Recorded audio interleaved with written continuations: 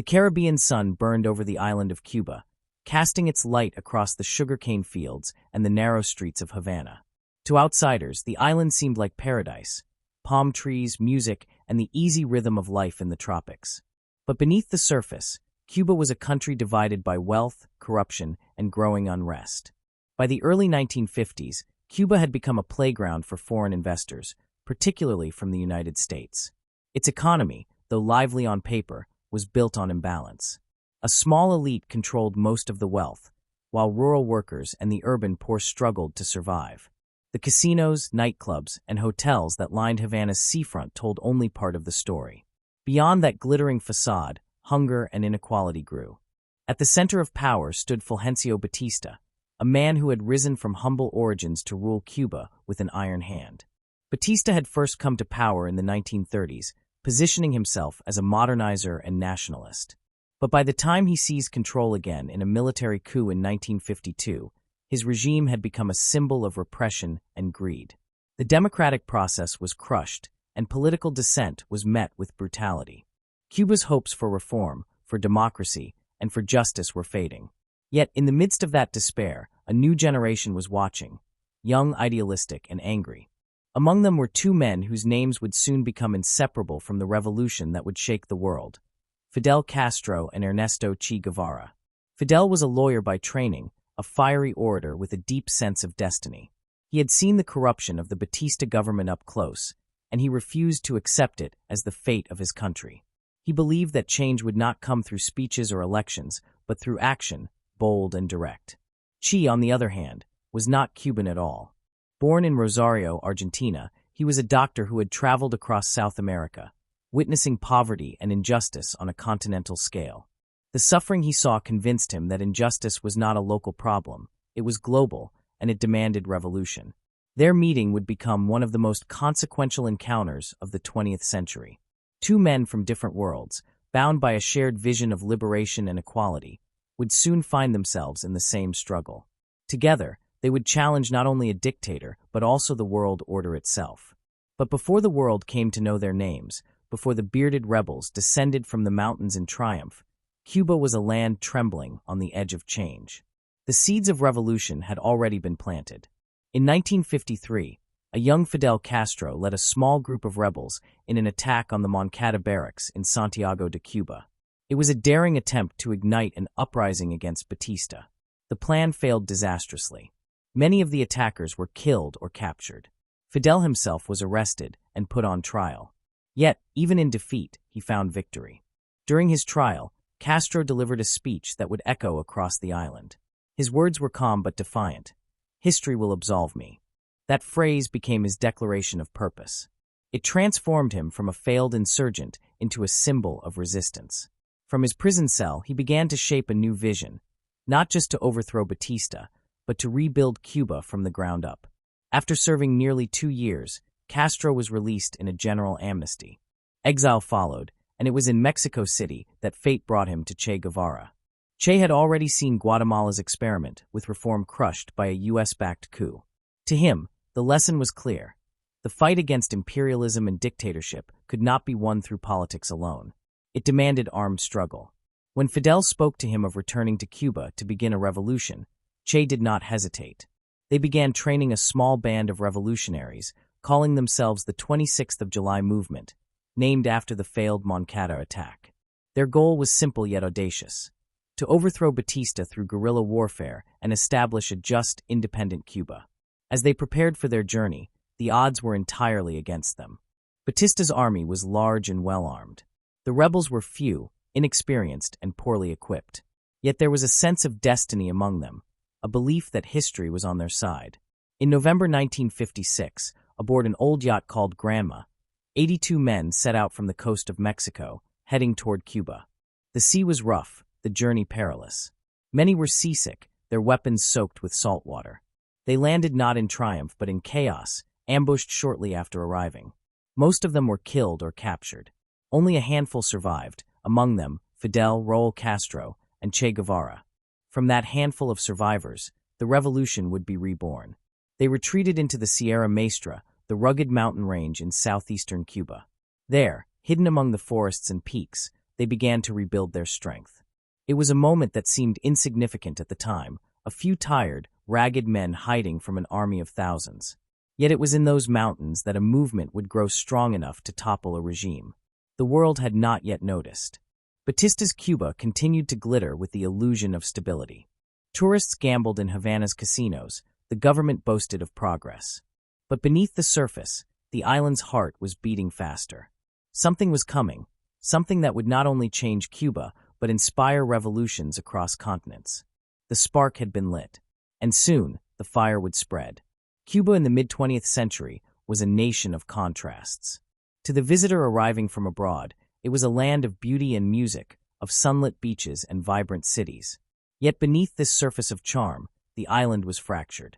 Wealth was concentrated in the hands of a few, while most people lived in poverty, struggling to survive in rural villages or the crowded barrios of Havana. Sugar dominated the economy, but the profits rarely benefited the workers who harvested it. Foreign companies, particularly from the United States, owned much of the land and controlled the ports, factories, and hotels. This created a sense of dependency, as though the island's destiny was dictated by others. The social hierarchy was rigid. The elite, often descendants of colonial families or well-connected businessmen, enjoyed a life of comfort and privilege. They dined in the finest restaurants, sent their children to private schools, and traveled abroad for leisure.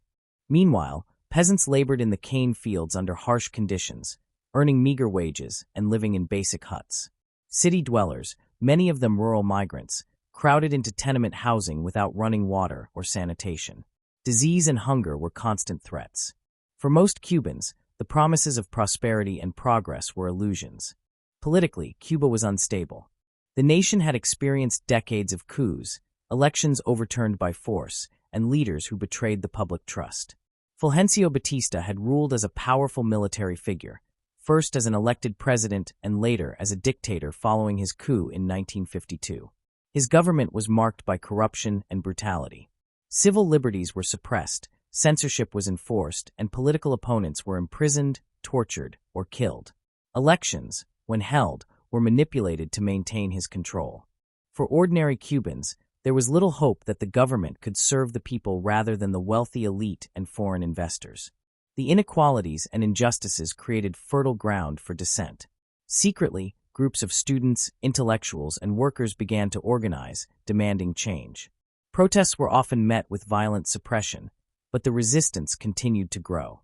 People whispered about revolution in cafes, in markets, and in the countryside. These discussions were not abstract. They were rooted in daily suffering and a desire for dignity. Education and literacy were also uneven. In cities like Havana, many children attended school, and literacy rates were relatively high. But in the countryside, particularly in the eastern provinces, education was limited. Illiteracy was common, and access to healthcare was poor. Diseases that were easily treated elsewhere claimed lives in rural communities. Che Guevara, during his travels across South America, had witnessed similar conditions in other nations. He saw the link between poverty and injustice, and came to believe that only radical action could change these conditions. Cuba's economy, though prosperous in some sectors, was fragile. Sugar was the backbone, but its dependence on world prices made the island vulnerable. When prices dropped, workers suffered, and the nation's ability to sustain itself weakened. Tourism, driven by gambling and entertainment, brought money to Havana but little relief to the countryside. The stark contrast between the gleaming hotels and the slums nearby highlighted the growing social divide. Crime and organized gangs were widespread, often operating with the protection of the government. Havana, in particular, became notorious as a playground for vice. Casinos, brothels, and illegal enterprises flourished, drawing American tourists seeking entertainment beyond what was allowed at home. This environment bred resentment among ordinary Cubans, who saw their nation being exploited while they remained trapped in poverty. Batista tolerated, and at times encouraged, these criminal networks because they helped sustain his power.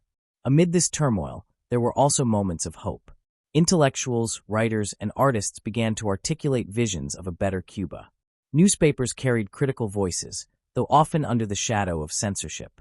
Labor unions, despite being suppressed, organized strikes and protests.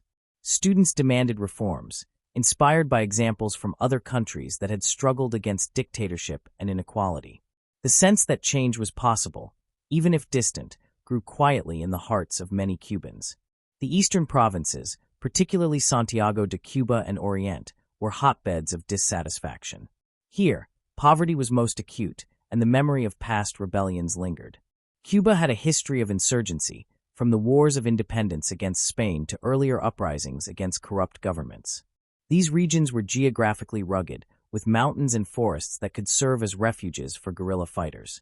For those who sought to challenge Batista, the terrain offered both shelter and strategic advantage. In this environment, two figures emerged whose names would come to define the revolution. Fidel Castro, born into a relatively comfortable family, had witnessed inequality firsthand during his youth. He became a lawyer, but his passion lay in politics and activism. Charismatic, articulate, and determined, he quickly gained a following among students and young intellectuals. His commitment to justice was fueled by personal conviction and the injustices he observed. He believed that Cuba could be transformed, that its wealth and resources could be used to benefit the many rather than the few. Ernesto Che Guevara, an outsider, brought a different perspective. Born in Argentina, he traveled across South America as a young man, witnessing the harsh realities of poverty, exploitation, and political repression. The suffering he saw convinced him that only decisive action could bring justice. Che was methodical, disciplined, and unafraid of hardship. He combined his medical training with a revolutionary vision, believing that a better world could be built through both idealism and struggle. While the conditions in Cuba were ripe for revolt, the path to revolution was far from certain. Batista's government was strong, and most Cubans had learned to survive rather than confront authority directly. Yet the growing unrest, combined with the courage of young activists, created a tension that could not be contained indefinitely. Each strike, protest, and failed reform pushed the country closer to a breaking point. Internationally, Cuba was caught between global powers. The United States maintained economic dominance and political influence, often prioritizing its own interests over the welfare of ordinary Cubans. The Cold War was emerging, creating a broader context in which local struggles were influenced by global dynamics. Foreign investors and diplomats observed the island with concern, aware that any disruption could affect their profits and strategic interests. As the decade progressed, the conditions for revolution solidified. People were hungry, not just for food, but for dignity, opportunity, and self-determination. The island's youth became increasingly politicized, forming the core of movements that would challenge Batista's authority. In rural areas, peasants began to organize informally, sharing knowledge and resources. In cities, students and workers debated strategy and spread ideas. By the early 1950s, it was clear that Cuba was on the brink of change.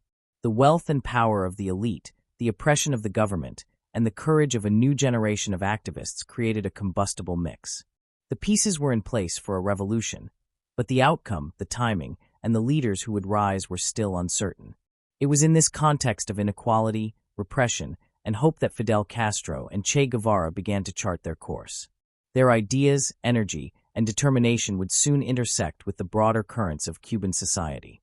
The stage was set for a struggle that would not only topple a dictatorship, but also inspire movements across Latin America and the world. The island, poised between despair and possibility, waited for those who could turn frustration into action. In the hills and cities, whispers of rebellion grew louder. Cuba's story was about to change, and with it, the world would take notice. Fidel Castro was born in 1926 in the eastern town of Byron, Cuba. His father, Angel Castro, was a Spanish immigrant who had arrived on the island with little more than ambition and a determination to succeed. Fidel's mother, Lina Ruz, came from a modest Cuban family. The household reflected both privilege and discipline. Fidel grew up surrounded by the contradictions of Cuba: wealth alongside poverty, order alongside chaos. These contradictions would shape his view of the world. As a child, Fidel showed intelligence and curiosity. He excelled in school and had a sharp memory, able to recite passages and debates with ease. He was often described as serious, introspective, and determined, traits that would define him as an adult. He also had a competitive spirit, playing baseball and engaging in physical activity with the same intensity he applied to academics. Sports became a way for him to develop stamina, leadership, and confidence, qualities that would later serve him on the battlefield. Fidel's early life was marked by exposure to both opportunity and inequality. While he attended private schools that offered a good education, he also witnessed the struggles of workers and peasants in the countryside.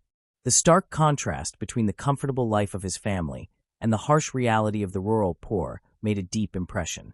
He saw how power and wealth could be concentrated in the hands of a few, and he began to question the fairness of the system. During his teenage years, Castro attended several schools, including the prestigious Colegio de Bullen in Havana. Here, he developed his oratory skills, learned discipline, and cultivated a deep interest in politics and history. Teachers noted his ambition and his tendency to challenge authority, questioning the logic of rules and policies that seemed unjust. By the age of 18, he had already begun to read widely, studying philosophy, law, and political theory. He was particularly interested in the writings of José Martí, the Cuban national hero, and other figures who had fought for independence and social justice. Martí's belief in freedom and dignity for all Cubans would resonate throughout Castro's revolutionary vision. After completing his secondary education, Fidel enrolled at the University of Havana to study law. The capital city was a hub of political activity, and the university provided him with his first real exposure to organized politics.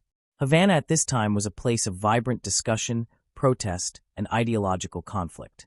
Students debated reform, governance, and the role of foreign influence in Cuban society. For Fidel, these debates were not merely academic, they were a call to action. He became involved in student organizations that sought to challenge corruption and promote social change. By the mid-1940s, Batista had briefly returned to prominence in Cuban politics. Castro became increasingly aware of the corruption and inequality entrenched in the government. He witnessed politicians using power for personal gain and foreign companies exploiting Cuban resources. These experiences solidified his belief that meaningful change would require more than petitions or protests. The system itself needed to be challenged. Fidel's early activism was often dramatic. He organized protests, gave speeches, and participated in demonstrations against political corruption and social injustice. He was willing to confront authority directly, even when it put him at personal risk. His reputation grew as someone fearless and determined, a young man unafraid to speak truth to power. This reputation would both inspire followers and attract enemies. During this period, Fidel also began to develop his understanding of revolutionary strategy. He read widely, not just Cuban writers, but thinkers from across the world. Marxist and socialist ideas were circulating in Latin America, offering explanations for poverty and inequality that went beyond simple reform. While he did not initially adopt a strict ideology, Fidel absorbed lessons about leadership, organization, and the necessity of disciplined action. He learned that change required both vision and practical planning. One of the defining moments of Castro's early political life came in 1953 with the Moncada barracks attack. This was not a spontaneous act. It was the culmination of years of planning, study, and preparation. Castro, then 26 years old, had gathered a small group of committed young men with the goal of challenging Batista's dictatorship. Their plan was bold: seize the barracks in Santiago de Cuba, spark an uprising, and ignite a nationwide rebellion. The attack ultimately failed. The rebels were outnumbered, poorly equipped, and the element of surprise was lost. Many were killed or captured, and Fidel himself was arrested. The failure could have marked the end of his political career, yet it had the opposite effect. The trial that followed gave him a platform to articulate his vision. Before the court, he delivered a speech that would become legendary, asserting that history would absolve him. This speech framed the Moncada attack not as a reckless failure, but as a principled act of resistance against tyranny. Following his imprisonment, Fidel was released after 2 years as part of a general amnesty. He went into exile in Mexico, where he would meet key allies who would become instrumental to the revolution. During this time, he continued to study revolutionary strategy, train recruits, and plan for the return to Cuba. His vision was no longer theoretical, it was a concrete plan for armed struggle. Fidel believed that the only way to bring lasting change was to overthrow Batista's government entirely and create a society based on social justice, education, and economic equality. Castro's leadership style began to take shape during these years. He combined charisma with rigorous organization. He demanded discipline and commitment from his followers, while also inspiring them with his vision and courage. His ability to connect with ordinary people, to articulate their frustrations and hopes, made him an effective leader even before the revolution began in earnest. By the time the Granma expedition set sail in 1956, Fidel had transformed from a young activist into a revolutionary figure with a clear purpose. He carried not only weapons but ideas, the belief that Cuba could be rebuilt on principles of fairness, independence, and dignity. The journey to the Sierra Maestra Mountains would test his resolve, leadership, and vision, but it would also solidify his place as the central figure in a movement that was about to change history. Fidel Castro's early life shows a man shaped by contradiction, comfort and poverty, privilege and injustice, opportunity and repression. These experiences forged a determination to challenge inequality, confront power, and inspire action. His rise was not inevitable, but it was fueled by a combination of intellect, courage, and the willingness to act when others hesitated. By the time he met Che Guevara and embarked on the revolution, Fidel was prepared not just to lead an insurgency, but to envision an entirely new Cuba. Ernesto Che Guevara was born in 1928 in Rosario, Argentina, into a middle-class family. His father, Ernesto Guevara Lynch, was a civil engineer with Irish roots, and his mother, Celia de la Serna, came from a politically active family. Che's early life was shaped by education, curiosity, and frequent bouts of illness. He suffered from severe asthma, which often left him bedridden for days. These periods of convalescence became a time for reading, reflection, and imagination. Che devoured books on history, politics, medicine, and travel, developing a mind as sharp as it was curious. From a young age, Che was aware of social injustice. He observed the inequality in his own country, where wealth and power were concentrated among a few elites, while workers and rural communities struggled to survive. He read about revolutions and social movements, becoming fascinated with figures who had challenged authority and fought for the oppressed. Yet at this stage, he was more of a thinker than an activist, shaping ideas and forming a vision of justice in his mind. Che's medical studies at the University of Buenos Aires exposed him to both the intellectual environment of the city and the harsh realities faced by ordinary people. He visited hospitals, rural clinics, and urban slums, witnessing firsthand the suffering caused by poverty and neglect. He saw how disease and hunger were not just misfortunes, but the results of systemic inequality. For Che, these experiences reinforced a growing belief.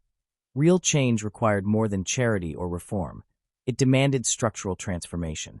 In the early 1950s, Che embarked on a series of journeys across South America that would define his worldview. He traveled extensively through Argentina, Chile, Peru, and Bolivia, often by motorcycle or bus, sometimes with little money or food. These travels exposed him to the lives of miners, peasants, and indigenous communities. He saw the exploitation of labor, the failure of governments to protect their citizens, and the brutal consequences of poverty. The journey became a kind of education, teaching him about the practical realities of oppression and the courage of ordinary people facing extraordinary hardship. It was during these travels that Che began to believe in the necessity of armed struggle. In Guatemala, he witnessed an attempt at democratic reform under President Jacobo Arbenz, whose government sought to redistribute land and improve the conditions of the poor. The reforms threatened the interests of foreign companies and local elites. In 1954, Arbenz was overthrown in a coup backed by the United States. Che saw this as a turning point, peaceful reform, even when popular and just could be crushed by powerful forces. He concluded that change required courage, commitment, and the willingness to confront entrenched power directly. Che's experiences in Guatemala also exposed him to a network of activists and revolutionaries. He met like-minded individuals who shared his vision of social justice and radical change. The connections he formed would prove crucial in the years to come. Guatemala taught him not only the importance of ideology, but also the value of strategy, organization, and disciplined action. Che was not content to be a passive observer. He wanted to participate, to shape the course of history rather than watch it unfold. By the time Che arrived in Mexico City in 1955, he had already transformed from a medical student into a revolutionary thinker, deeply committed to action. He heard of a Cuban exile, Fidel Castro, who was planning to return to Cuba and challenge Batista's dictatorship. Che was immediately drawn to the cause. The Cuban struggle mirrored many of the injustices he had seen across Latin America: poverty, inequality, corruption, and foreign influence. It was a fight he could commit to fully, a cause that aligned with his vision of justice and revolution. Che and Fidel met in Mexico City, and their connection was immediate. They shared a belief that Cuba's problems could only be solved through radical change. Che brought medical skills, strategic thinking, and a disciplined approach to organization. Fidel brought charisma, leadership, and an intimate knowledge of Cuba's political landscape. Together, they formed a partnership that would define the revolution. Che's medical background was more than symbolic. It allowed him to care for injured fighters, understand logistics, and approach problems methodically. His scientific mindset complemented Fidel's political instinct. In Mexico, the group trained for the revolution. They studied guerrilla warfare, practiced marksmanship, and planned their return to Cuba. The vision was clear. They would land in Cuba, survive the initial attacks, and build a movement among peasants and workers. Che, like Fidel, understood the odds were against them. Batista's army was large, well-trained, and well-armed. The rebels were few, inexperienced, and poorly supplied. Yet the belief in the justness of their cause gave them determination. Che was inspired by the idea that a committed few, guided by moral conviction and strategy, could change the course of history. The Granma expedition in November 1956 marked the beginning of Che's transformation from revolutionary thinker to revolutionary fighter. The journey was perilous. The yacht was overcrowded, the seas rough, and the weapons wet from the voyage. Upon landing in Cuba, the group was ambushed almost immediately. Most of the fighters were killed or captured, and the survivors retreated into the mountains. Che, however, remained resolute. He quickly adapted to the harsh conditions, using his knowledge of medicine and logistics to support the group while also learning the skills necessary for guerrilla warfare. In the Sierra Maestra Mountains, Che emerged as a key leader. His intelligence, discipline, and courage earned him the respect of fellow fighters. He trained recruits, led scouting missions, and participated directly in combat. Che was both pragmatic and idealistic. He understood the harsh realities of guerrilla warfare, but never lost sight of the principles driving the revolution. He treated peasants with respect, explaining the goals of the movement and earning their trust. This approach distinguished him from many others who fought merely for survival or personal gain. Che's approach to leadership emphasized example and moral authority. He often shared in the hardships of his fighters, enduring hunger, fatigue, and danger alongside them. His calm demeanor in the face of adversity inspired confidence. For Che, the revolution was not only a political struggle, but also a moral one. He believed that those who led must embody the values they sought to instill in society: courage, discipline, and justice. By the end of 1957, Che had become an indispensable part of the revolutionary movement. He had proven himself in combat, strategy, and leadership. His writings and reflections began to articulate a vision that extended beyond Cuba, envisioning a world free from oppression, exploitation, and inequality. Che's journey had taken him from a young doctor witnessing injustice to a revolutionary shaping history. His path, like Fidel's, was defined by determination, intelligence, and a willingness to act when others hesitated. Together, Fidel and Che represented complementary forces. Fidel's leadership and charisma provided direction and strategy, while Che's intellect, discipline, and moral authority strengthened the movement. The combination of these qualities created a revolutionary force capable of challenging Batista's regime. While the odds were daunting, the dedication of this small band of fighters, guided by vision and purpose, set the stage for a movement that would soon sweep across Cuba.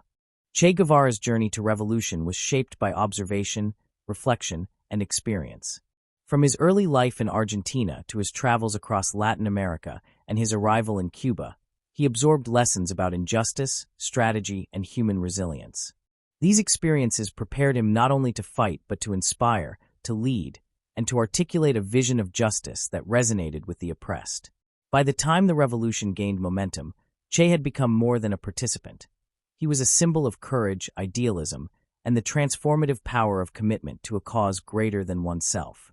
The plan to overthrow Batista was not simple. It required careful coordination, secrecy, and courage. Fidel Castro had spent months organizing a group of exiles, training them in Mexico, and preparing them for the return to Cuba.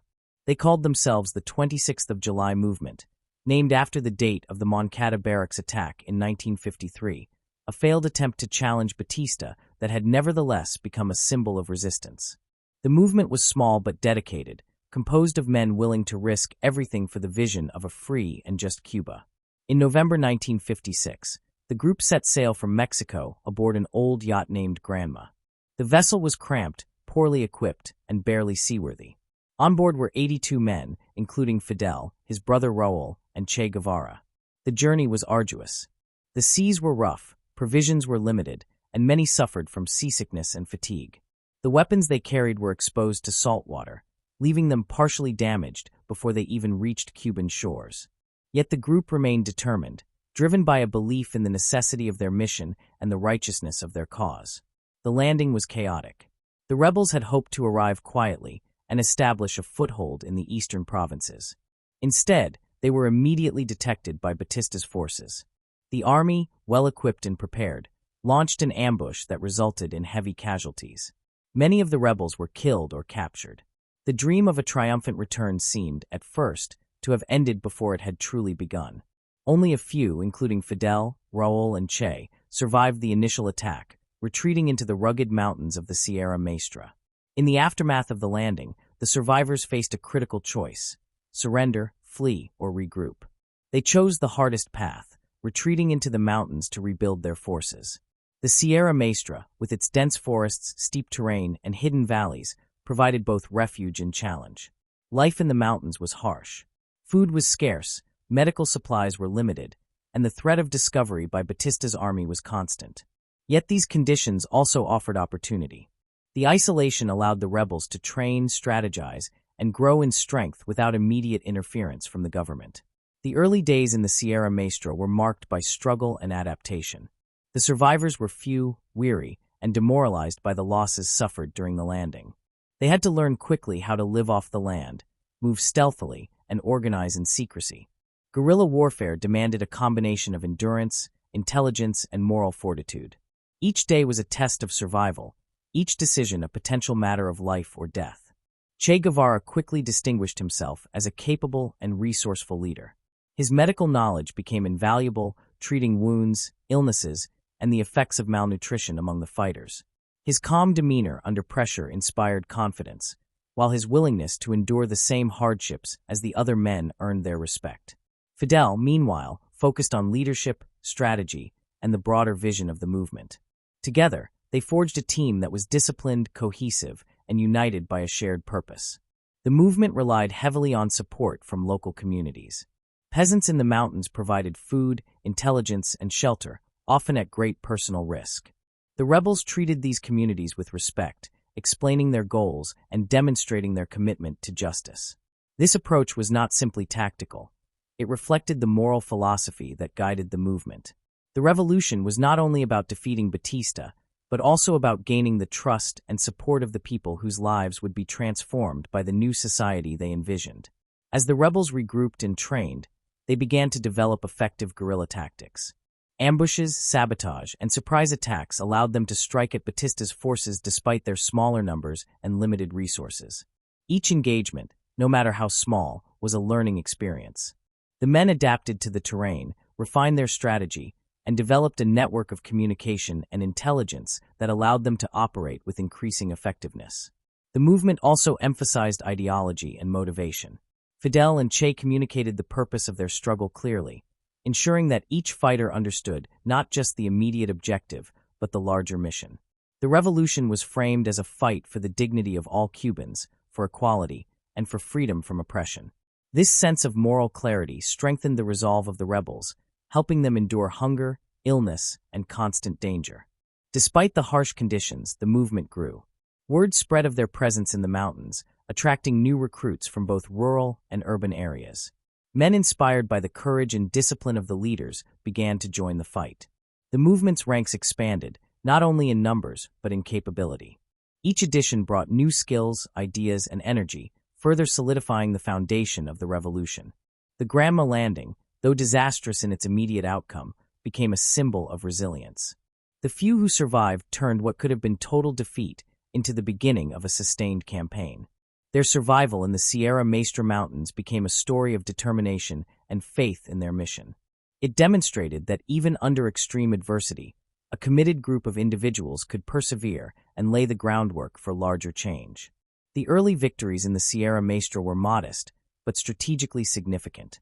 The rebels learned to use the terrain to their advantage, launching raids on isolated government outposts, disrupting communication lines, and capturing weapons and supplies. Each operation, no matter how small, increased their confidence and credibility. Batista's forces began to recognize the threat, but their size and complacency initially limited their ability to respond effectively. Che's role in these operations was crucial. He combined tactical skill with ideological guidance, ensuring that the fighters remained disciplined and committed. He became known for his fearlessness, often leading dangerous missions personally, and for his insistence on maintaining moral conduct, even in combat. Che's leadership style emphasized example and integrity, which reinforced loyalty and cohesion among the rebels. By mid-1957, the 26th of July movement had established a secure base in the mountains. The survivors of the Granma landing had not only endured but had grown stronger, turning initial disaster into opportunity. The movement had gained experience, recruits, and the trust of local communities. It had become more than a small band of exiles. It had become a disciplined revolutionary force capable of challenging Batista's regime. The Granma landing and the early days in the Sierra Maestra demonstrated the defining qualities of the revolution: courage, adaptability, moral conviction, and a commitment to justice. These qualities allowed a small, poorly equipped group to survive against a larger, better-armed force. They laid the foundation for a campaign that would eventually sweep across Cuba, transforming the nation and inspiring movements far beyond its borders. Fidel Castro and Che Guevara emerged from these early trials as leaders forged in the crucible of adversity. Their vision, determination, and strategic acumen became central to the success of the revolution. The initial setbacks of the Granma expedition were not failures, but essential experiences that shaped the tactics, organization, and philosophy of the movement. They learned that survival depended not only on strength and courage, but also on careful planning, discipline, and the support of the people. By the end of this period, the 26th of July movement had proven its resilience. What began as a risky landing by a small group of exiles had evolved into a credible revolutionary force. The movement was ready to expand its operations, gain broader support, and intensify its campaign against Batista. The stage was set for a series of engagements that would eventually lead to the collapse of the dictatorship and the rise of a new era in Cuban history. Life in the Sierra Maestra Mountains was harsh and unrelenting. For the rebels of the 26th of July movement, survival required endurance, ingenuity, and a deep commitment to the cause. Food was scarce, clothing and shoes often worn through, and illness was a constant companion. The rugged terrain, with its steep slopes, dense forests, and hidden valleys, demanded both physical stamina and strategic skill. Yet the mountains offered more than shelter. They provided a sanctuary where a small, determined force could train, regroup, and grow stronger against a far larger and better-armed army. The daily routine was grueling. Fighters woke early, often before dawn, to prepare food, patrol the area, and tend to weapons. Hours were spent navigating treacherous paths, scouting enemy positions, and constructing makeshift shelters. Each action was measured and deliberate, as the risk of discovery by Batista's troops was ever present. Despite the hardships, morale remained high. The rebels were motivated not only by necessity, but by a shared vision of a free and just Cuba. Fidel Castro's leadership during this period was crucial.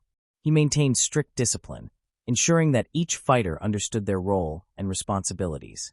Yet he also inspired loyalty through personal example, sharing in the hardships and dangers of daily life. He taught the men not only how to survive, but how to fight effectively, emphasizing strategy, stealth, and coordination. Fidel understood that their survival depended on more than courage. It required intelligence, patience, and adaptability. Che Guevara became an indispensable figure in the mountains. His medical skills treated the sick and injured, but he also took a leading role in planning operations and training recruits. He emphasized physical fitness, marksmanship, and small unit tactics. Che believed that every member of the movement, regardless of age or background, could contribute meaningfully to the struggle. He led by example, demonstrating calm in the face of danger and demanding moral discipline from all fighters. The rebels relied heavily on the local population. Peasants living near the mountains provided food, shelter, and intelligence, often risking their lives in the process. Fidel and Che recognized the importance of cultivating trust and goodwill among these communities. They treated villagers with respect, explaining the goals of the revolution and ensuring that their actions did not harm civilians. This approach strengthened their support base and created a network that was essential for both logistics and intelligence. Guerrilla warfare was unlike conventional combat. The rebels could not face Batista's army in open battle, so they relied on ambushes, sabotage, and hit-and-run attacks. Small groups moved swiftly, striking where the enemy was weakest, then disappearing back into the forest. Each operation required careful planning and precise execution. The terrain favored the rebels, who knew the mountains intimately, while the government forces struggled to navigate the difficult landscape. Communication was critical. Couriers carried messages through dense forests and rugged paths, maintaining coordination between different groups of fighters. The rebels also relied on coded signals and secret meeting points. Every detail mattered, from the timing of an ambush to the concealment of supplies. Success depended on discipline, trust, and the ability to adapt quickly to changing circumstances. As the movement gained experience, its tactics became more sophisticated. The rebels learned to use the environment to their advantage, setting traps, creating false trails, and misleading enemy forces. They studied Batista's patrols, supply routes, and patterns of movement, identifying opportunities to strike. Each successful operation boosted morale, increased confidence, and drew new recruits. The movement began to grow not only in numbers, but in capability, becoming a more formidable force with each engagement. Ideology remained a central element of the struggle. Fidel and Che continually reminded the fighters of the purpose behind their actions. The revolution was framed not as a personal quest for power, but as a fight for the dignity, freedom, and equality of all Cubans. This sense of moral clarity helped maintain discipline and cohesion, even under extreme stress. Fighters understood that their sacrifices were part of a larger mission, which gave meaning to the hardships they endured. Despite the dangers, the rebels formed a close-knit community. Bonds of trust and loyalty developed through shared hardship, combat, and common purpose. Stories of bravery, resilience, and ingenuity spread among the fighters, reinforcing morale. Leadership was not imposed solely through authority. It was earned through example and commitment. Fidel and Che embodied the values they sought to instill, which strengthened their influence and inspired confidence. The movement's successes began to draw attention. Reports of rebel attacks reached newspapers, radio stations, and the Cuban population, often portraying the guerrillas as daring and relentless. These stories boosted morale among supporters and created a sense of inevitability around the revolution. Batista's forces, despite their numbers and equipment, struggled to suppress a movement that was nimble, disciplined, and deeply committed. Winter and rain presented additional challenges. Rivers swelled, paths became treacherous, and exposure to the elements led to illness and discomfort. The rebels learned to improvise, building shelters, rationing supplies, and sharing responsibilities. The harsh environment tested their endurance and reinforced the importance of unity and cooperation. Every obstacle overcame strengthened the movement and prepared the fighters for greater challenges ahead. Che's leadership emphasized not only combat skills, but also ideological clarity. He engaged with fighters and villagers, explaining the goals of the revolution and the principles guiding their struggle. Education, he believed, was a weapon as important as a rifle.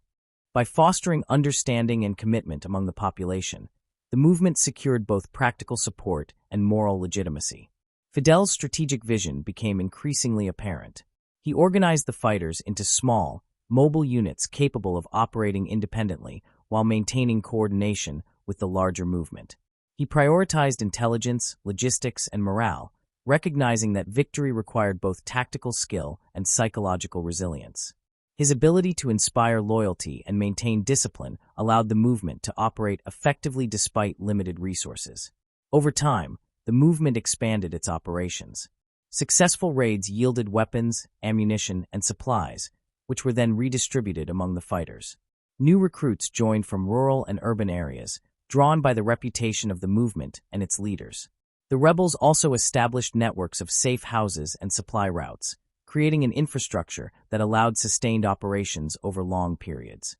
The combination of practical skill, ideological clarity, and community support allowed the 26th of July movement to survive and grow. What began as a small group of exiles landing on Cuban shores evolved into a disciplined and resilient revolutionary force. The experience in the Sierra Maestra Mountains forged the fighters, developing both the physical endurance and moral resolve necessary to challenge a dictatorship. By the end of this period, the rebels had transformed their disadvantages into strengths. The mountains became their training ground, their sanctuary, and their strategic advantage. The hardships they endured strengthened their unity, sharpened their skills, and deepened their commitment to the cause. Guerrilla warfare in the Sierra Maestra was not only a military strategy. It was a crucible that shaped leaders, forged fighters, and solidified the movement's principles. The rebels emerged from the mountains stronger, more disciplined, and more determined than ever. The experience had proven that a small, committed, and morally guided force could survive against overwhelming odds. The foundation was laid for the next phase of the revolution, expanding influence, challenging Batista's control across the island, and moving toward the ultimate goal of toppling the dictatorship.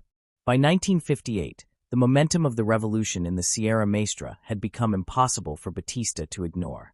The guerrilla forces, though still small compared with the army, had proven their resilience, skill, and ability to inspire the population. Each successful raid, each ambush against government troops, spread news of the rebels' determination and courage. Farmers, workers, and students began to see that change was not only possible but imminent. Batista's regime, once confident and powerful, was weakening.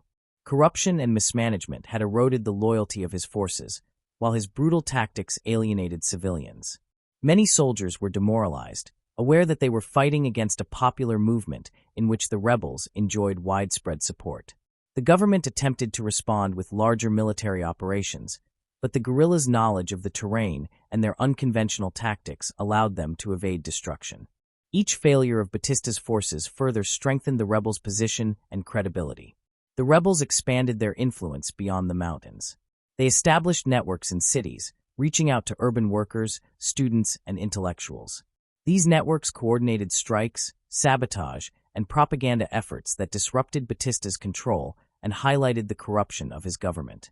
Radio broadcasts, leaflets, and word of mouth spread the message of the revolution, creating a sense of inevitability that galvanized support across the country.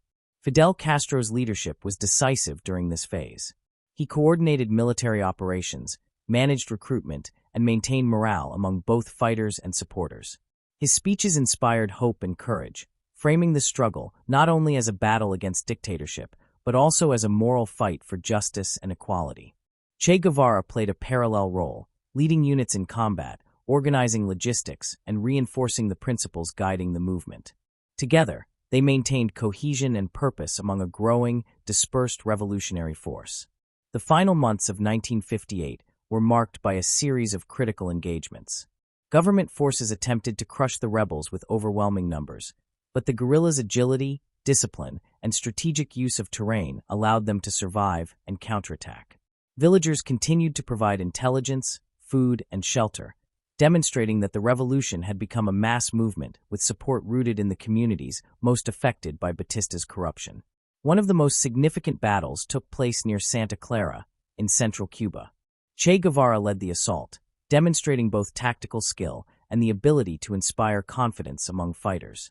The capture of Santa Clara was a turning point, opening the path toward Havana and signaling that Batista's regime was vulnerable. News of the victory spread quickly, further eroding the government's legitimacy and increasing defections among its forces. By the end of December 1958, it was clear that Batista's rule was collapsing.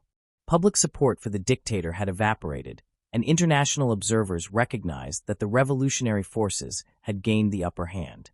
Faced with the inevitability of defeat, Batista fled Cuba on New Year's Eve, leaving the country in chaos and uncertainty. His departure marked the end of decades of authoritarian rule and the beginning of a new era under the leadership of Fidel Castro and the revolutionary movement. The fall of Batista's regime was the culmination of years of planning, struggle, and sacrifice. From the Moncada barracks attack to the landings of the Granma, from the hardships in the Sierra Maestra to the battles across the country, the revolution had relied on courage, discipline, and strategic vision. It demonstrated the power of a committed minority acting with purpose and moral conviction, capable of inspiring broader societal change. With the dictator gone, the revolutionary leadership faced the immense task of consolidating power, stabilizing the country, and implementing the reforms that had inspired their struggle. The victory was not only military but symbolic, signaling the triumph of an idea that a determined, principled movement could overthrow injustice and reshape a nation.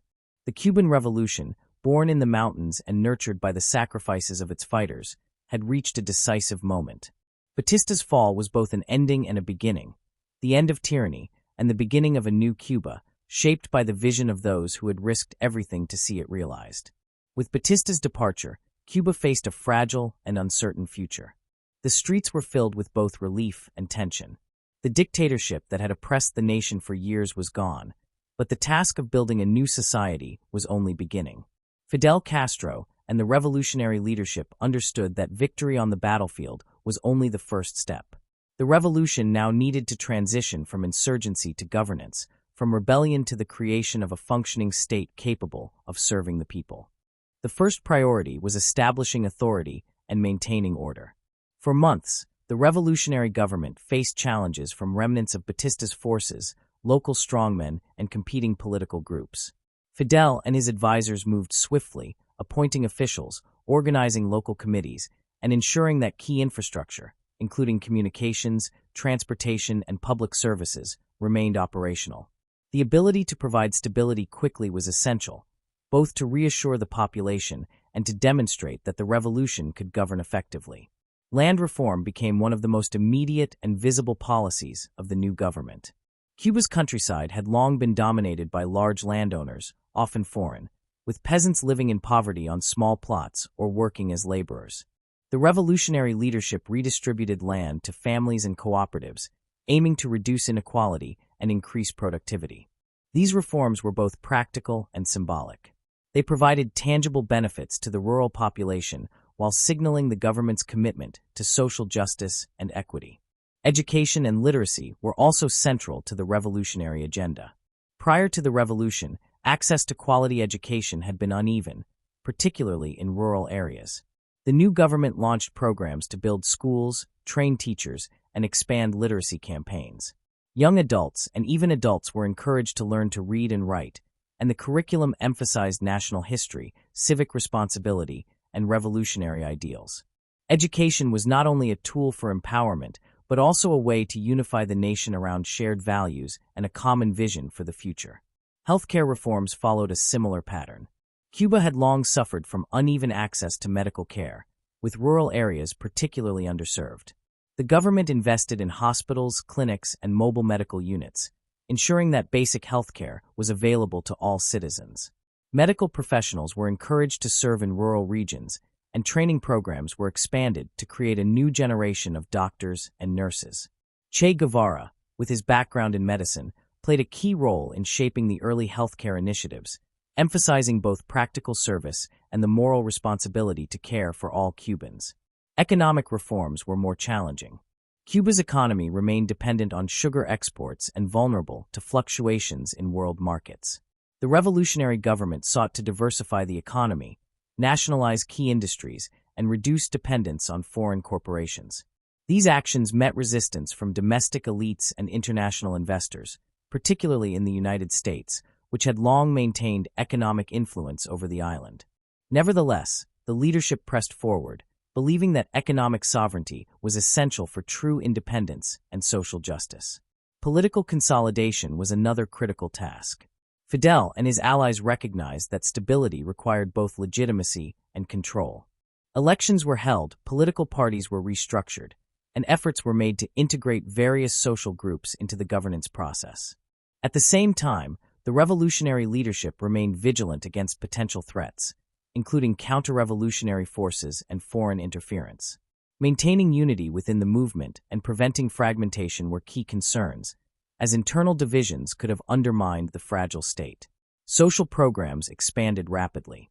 Housing initiatives aimed to provide adequate shelter for families living in slums or rural settlements. Cooperative farms and agricultural initiatives encouraged collective production and fair distribution of resources. Cultural programs promoted Cuban art, music, and literature, fostering a sense of national identity and pride. These efforts reflected the revolution's broader goal: to create a society that valued equality, dignity, and opportunity for all. The reforms were not without controversy or difficulty. Resistance emerged from landowners, business elites, and some segments of the population who were accustomed to the old order. International pressures, particularly from the United States, threatened economic stability and political legitimacy. The government responded with both negotiation and firm enforcement, balancing the need to maintain popular support with the necessity of defending the revolution's objectives. Fidel Castro's leadership style was central to managing these challenges. He was both visionary and pragmatic, able to articulate a compelling narrative for the revolution while also addressing the practical realities of governance. He communicated directly with citizens, traveled extensively, and emphasized the moral and ideological foundations of the reforms. His speeches and public appearances reinforced the sense that the revolution was guided by principle, not by personal ambition. Che Guevara continued to play a critical role during this period. Beyond his early contributions to healthcare, he oversaw industrial initiatives, coordinated economic planning, and promoted the values of discipline, efficiency, and collective responsibility. Che's focus was often on building structures that would ensure the revolution's long-term sustainability. He emphasized the importance of personal commitment, moral integrity, and the willingness to work for the common good. Internationally, the revolution attracted attention and concern. The United States, alarmed by the nationalization of industries and the alignment with socialist principles, began to reassess its relationship with Cuba. Other nations in Latin America and beyond watched closely, seeing the revolution as both an inspiration and a potential threat to the status quo.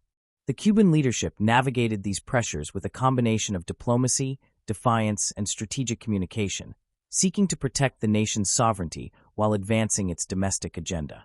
By the end of the first years of revolutionary rule, Cuba had undergone profound changes. Land reforms had redistributed property to hundreds of thousands of families. Literacy campaigns were reaching remote villages. Healthcare access had expanded dramatically. Political structures were being reshaped to reflect revolutionary ideals. Economically, the nation faced ongoing challenges, but the foundations for long-term independence were being laid. The consolidation of power was not merely administrative, it was also symbolic. The revolution sought to demonstrate that a government rooted in popular support, guided by principles of justice and equality, could function effectively. The early years of reform were as much about proving the legitimacy and viability of the revolutionary vision as they were about addressing immediate social and economic needs. Fidel and Che's partnership continued to shape the direction of the revolution.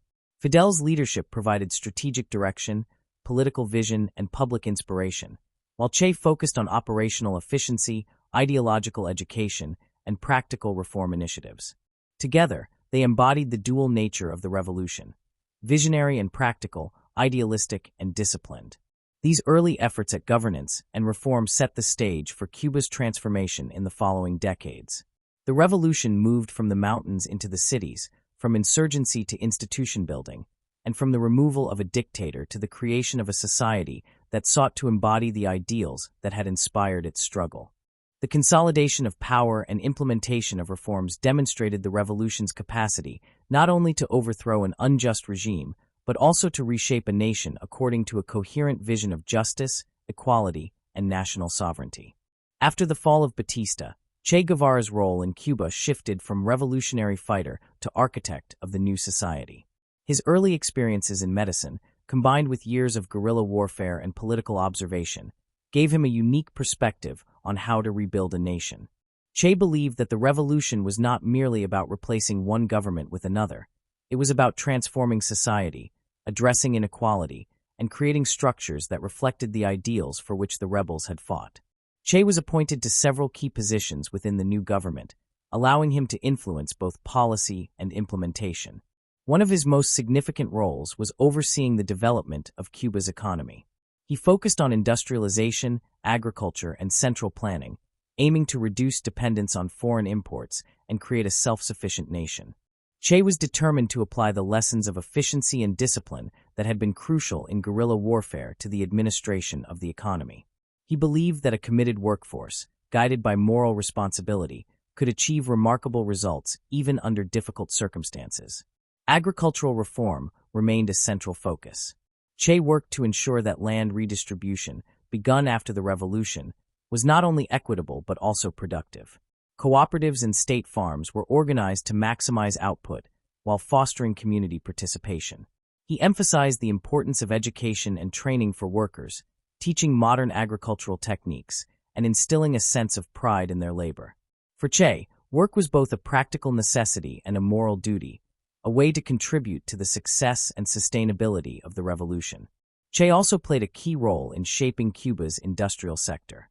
Factories and production facilities were nationalized and reorganized to prioritize efficiency, quality, and self-sufficiency. Che believed that industrial development was essential for economic independence and the creation of a modern society. He personally visited factories, spoke with workers, and promoted initiatives that combined technical innovation with ethical responsibility. The goal was to create an economy that served the people, rather than one that served only the wealthy or foreign investors. Education and ideological formation were equally important to Che. He understood that the revolution's survival depended on creating a citizenry committed to its principles.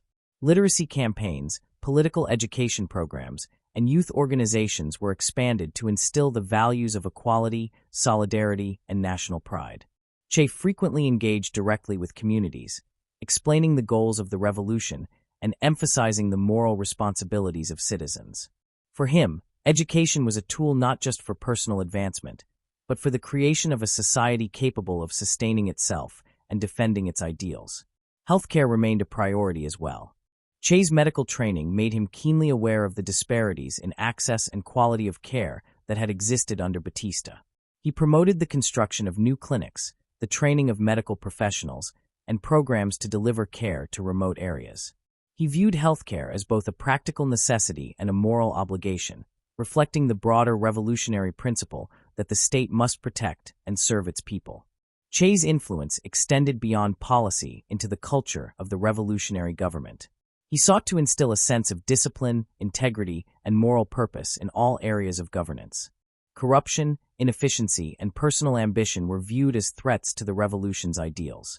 Che encouraged a culture in which leaders led by example, sharing in hardships and demonstrating commitment to the common good. This ethos mirrored the values that had guided the rebels in the Sierra Maestra, reinforcing continuity between the struggle and the new society. Internationally, Che became a symbol of Cuba's revolutionary project. His writings, speeches, and travels highlighted the principles guiding the new government and inspired other movements across Latin America and the world.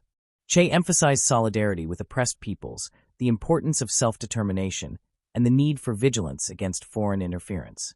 His image, often of a bearded guerrilla with a resolute expression, came to represent not just Cuba, but the broader ideals of revolutionary struggle and anti-imperialism. Che also worked to consolidate the revolution internally. He addressed potential sources of opposition, from former Batista loyalists to bureaucratic inertia within the government.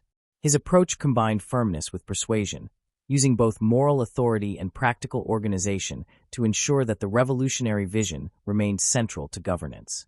He emphasized the need for unity and cohesion, recognizing that internal division could undermine the achievements of the revolution and threaten its survival. Despite these responsibilities, Che remained deeply connected to the principles of the guerrilla struggle. He believed that leadership required personal commitment and that moral authority was as important as formal power. He continued to travel extensively, inspecting farms, factories, schools, and clinics, demonstrating that leaders must be close to the people and aware of the realities they faced. Che's hands-on approach reinforced both his credibility and the ethical foundation of the revolutionary government. Che's tenure in Cuba also set the stage for his later international work. The experience of building a new society, addressing social and economic inequalities, and navigating both domestic and international pressures gave him practical lessons in governance, strategy, and revolutionary ideology. While his time in Cuba was only a chapter in his broader life, it was a period in which the principles of the revolution were transformed from theory into practice, and in which Che played a central role in shaping the country's new direction. By the early 1960s, Che's contributions to the new Cuba were evident. The government had expanded literacy, healthcare, and social services. Land and industrial reforms were underway, and the principles of equality and justice were embedded in policy. Che's focus on discipline, moral responsibility, and education helped ensure that the revolution's ideals were not merely slogans, but guiding principles applied in daily governance. Che's influence was both practical and symbolic. Practically, he shaped policy, oversaw programs, and ensured that reforms were implemented effectively. Symbolically, he represented the continuity between the struggle of the Sierra Maestra and the responsibilities of leadership in a new society. He embodied the revolutionary ethic, dedication, sacrifice, moral clarity, and the willingness to act for the greater good. Che Guevara's role in post-revolutionary Cuba was multifaceted. He was a planner, administrator, educator, and symbol of revolutionary ideals. He worked to transform the country's economy, healthcare system, and social structure, while maintaining a moral framework rooted in the values that had guided the struggle against Batista. His leadership helped ensure that the revolution was not only victorious militarily, but also capable of creating a new society aligned with its principles. The Cuban Revolution did not occur in isolation. From its earliest days, the overthrow of Batista and the rise of Fidel Castro and his allies captured international attention. Governments, media, and ordinary citizens around the world watched closely, some with hope, others with apprehension. The revolution represented a dramatic shift not only for Cuba, but for the broader balance of power in the Americas. Its implications extended far beyond the island's shores. Initially, reactions were mixed. Some countries viewed the revolution as a triumph of popular will, a victory for oppressed peoples over a corrupt and authoritarian regime. In Latin America, particularly among leftist intellectuals, labor organizers, and activists, Cuba became a symbol of what determined citizens could achieve against entrenched power. The revolution inspired discussions, debates, and small-scale movements across the continent, highlighting the potential for social change driven by popular mobilization. Other nations were more cautious, concerned about the stability of the region. Traditional elites, foreign investors, and governments with close ties to the United States viewed the rise of a revolutionary government with suspicion. They feared the spread of radical ideology and the potential disruption of economic interests. Cuba's nationalization of key industries, including sugar, mining, and banking, challenged long-standing arrangements that had enriched foreign corporations and elites. These actions signaled a willingness to assert sovereignty, even at the risk of international conflict. The United States, in particular, responded with growing alarm. For decades, the U.S. had maintained significant influence over Cuba's economy and politics. American businesses controlled sugar production, utilities, hotels, and transportation, while political ties ensured that successive Cuban governments aligned with U.S. interests. The revolutionary government's policies, including land reform, expropriation of foreign assets, and alignment with socialist principles, represented a direct challenge to this influence. Washington's initial reaction was cautious, but it quickly turned to concern as the full implications of the revolution became clear.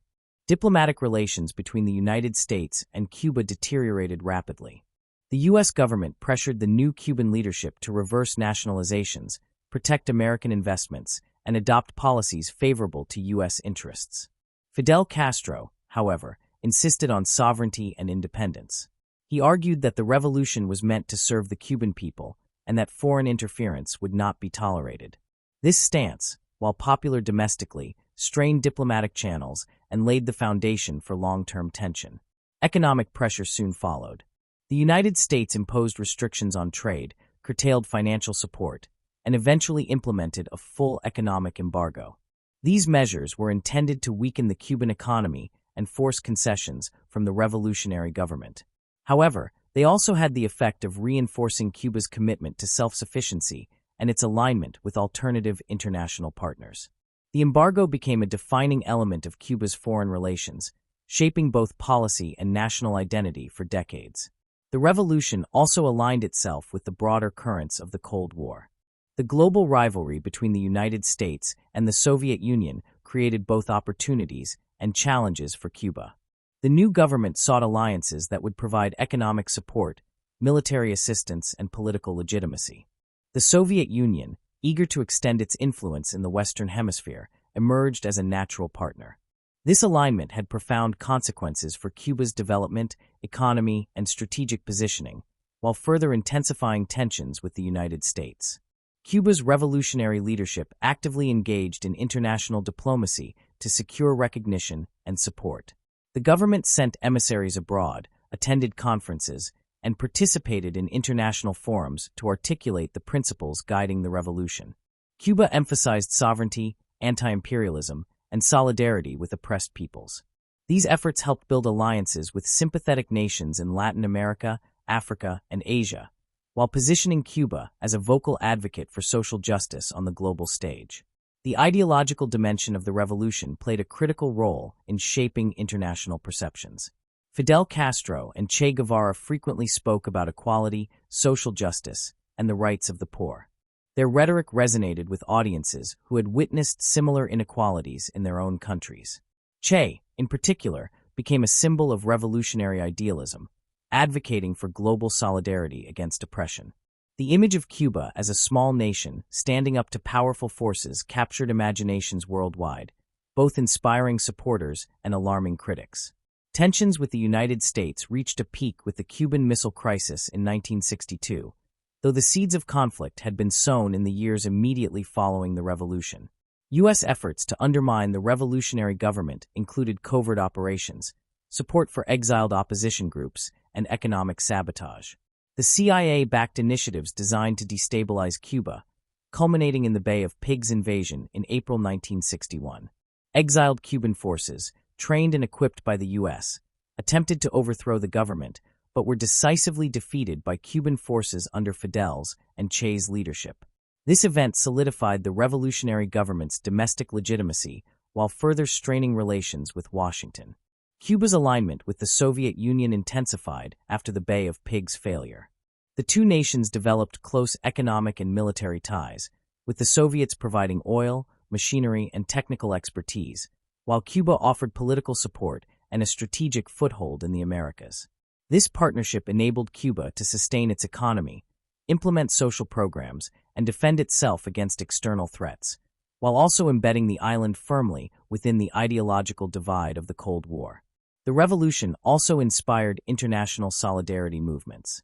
Students, activists, and intellectuals in Europe, Latin America, and beyond expressed support for Cuba's efforts to resist imperialism and promote social justice. Cuban diplomats and cultural emissaries promoted education, healthcare, and technical assistance programs abroad, reinforcing the country's image as a beacon of revolutionary success. These initiatives helped counterbalance the isolation imposed by the United States and enhanced Cuba's global reputation. However, the international environment was not uniformly favorable. Many Western nations, particularly those aligned with the U.S., viewed Cuba with suspicion or hostility. Diplomatic relations were strained, trade restrictions limited economic growth, and the country faced political isolation in certain forums. Despite these challenges, the revolutionary government emphasized self-reliance, national sovereignty, and the importance of maintaining ideological and political independence. The revolutionary government's foreign policy was rooted in both pragmatism and principle. Cuba sought to protect its sovereignty, secure economic and military support, and advance the cause of social justice globally. The leadership understood that survival in a hostile international environment required strategic alliances, clear communication, and the ability to project both moral and practical authority. Fidel and Che were central to shaping this approach, using their international stature to navigate complex geopolitical realities. The combined effect of these international pressures and alliances was profound. Cuba became a small, resilient state, capable of defending its sovereignty, implementing domestic reforms, and projecting influence beyond its borders. Its revolutionary model inspired both admiration and fear, demonstrating that a determined, ideologically driven government could survive and thrive even in the face of overwhelming external opposition. By the mid-1960s, Cuba had established itself as a distinct and influential player on the global stage. Its revolutionary leadership had not only consolidated power domestically, but also navigated an increasingly complex international environment. The U.S. embargo, Soviet support, ideological outreach, and diplomatic efforts all shaped the trajectory of the island nation, ensuring that the Cuban Revolution was not simply a local event, but a global phenomenon. The early international reactions to the Cuban Revolution illustrate the interconnectedness of domestic change and global politics. Cuba's struggle for independence, justice, and equality resonated far beyond its shores, influencing perceptions, policies, and movements around the world. At the same time, the challenges of maintaining sovereignty, resisting foreign pressure, and securing resources underscored the difficulties inherent in revolutionary transformation. The island's experience became a defining chapter in the broader story of the Cold War and the struggle for social justice in the 20th century. The Cuban Revolution was not only a political and economic transformation, it was also a profound cultural and social revolution. From the earliest days of Fidel Castro's leadership, the government sought to reshape Cuban society in ways that reflected the ideals of equality, justice, and national pride. These efforts extended into education, health, arts, literature, and daily life, creating a new social framework designed to empower citizens and foster a collective sense of purpose. Education was a cornerstone of the revolution's social vision. Before the revolution, literacy rates in Cuba were uneven, and access to education was heavily influenced by social and economic status. The revolutionary government launched an ambitious national literacy campaign, mobilizing tens of thousands of young volunteers to teach reading and writing across the country. Schools were built in rural communities, and curriculum reforms emphasized civic responsibility, Cuban history, and the principles of social justice. Literacy became both a practical tool for empowerment and a symbol of national renewal. The literacy campaign was accompanied by a broader emphasis on education at all levels. Universities expanded, vocational training programs were developed, and adult education initiatives were introduced. The goal was to create a society in which knowledge and skills were accessible to all, reducing inequality and enabling citizens to participate fully in economic and civic life. Education also served as a unifying force, reinforcing a shared sense of identity and purpose rooted in revolutionary ideals. Healthcare was another major area of transformation. Before the revolution, medical services were concentrated in urban areas and largely inaccessible to rural populations. The revolutionary government invested heavily in hospitals, clinics, and mobile health units, bringing medical care to communities that had long been neglected. Training programs produced a new generation of doctors, nurses, and health workers who were committed to serving the population rather than seeking personal gain. The focus on preventive care, vaccination programs, and public health education dramatically improved overall health outcomes, demonstrating that social investment could yield tangible results. Cultural initiatives were equally central to the revolutionary project. The government promoted Cuban arts, literature, music, and theater as a way to foster national pride and shared identity. Cultural institutions were established to support artists, preserve traditions, and encourage creative expression. Public performances, exhibitions, and festivals became common, bringing art to communities that had previously lacked access. The aim was not only to entertain but also to educate, inspire, and reinforce the values of the revolution. Literature and journalism underwent significant transformation as well. Writers and journalists were encouraged to explore themes of social justice, history, and revolutionary ideals. Publishing houses expanded, making books and newspapers widely available, while new media initiatives brought information to remote areas. This cultural emphasis helped shape public understanding of the revolution, providing citizens with narratives that connected daily life to broader social goals. Sports and recreation were also integrated into the social vision. The government promoted physical education, community sports programs, and organized competitions as a way to improve health, build discipline, and foster teamwork. Sports became a vehicle for social integration, enabling young people from different backgrounds to participate in shared activities and cultivate a sense of belonging to the nation. Gender equality was a growing focus of social reform. The revolutionary government sought to expand opportunities for women in education, employment, and politics. Programs were developed to promote women's literacy, vocational training, and participation in decision-making processes. While traditional social norms did not disappear overnight, the emphasis on equality began to reshape the role of women in Cuban society, creating new possibilities for social mobility and empowerment. Youth participation was another critical element. The revolutionary government encouraged young people to engage actively in education, cultural programs, and community service. Youth organizations were formed to involve students in literacy campaigns, health initiatives, and agricultural projects. By cultivating a sense of responsibility, discipline, and civic duty among young Cubans, the revolution sought to create a generation capable of sustaining and expanding its ideals. The social transformation extended to urban planning and housing. Efforts were made to provide adequate housing for families living in slums and overcrowded areas. Public infrastructure projects aimed to improve sanitation, transportation, and access to public services. These initiatives not only addressed practical needs, but also symbolized the government's commitment to social equity and the dignity of all citizens. Religion played a complex role in the social landscape. While Cuba remained largely Catholic, the revolutionary government promoted secular values and often challenged traditional religious authority. Religious institutions were not banned, but were encouraged to coexist within a framework that emphasized social justice, civic responsibility, and allegiance to the revolution. This approach allowed the government to maintain focus on collective goals while avoiding direct conflict with deeply held beliefs. Media and communication were vital tools in shaping the new social reality.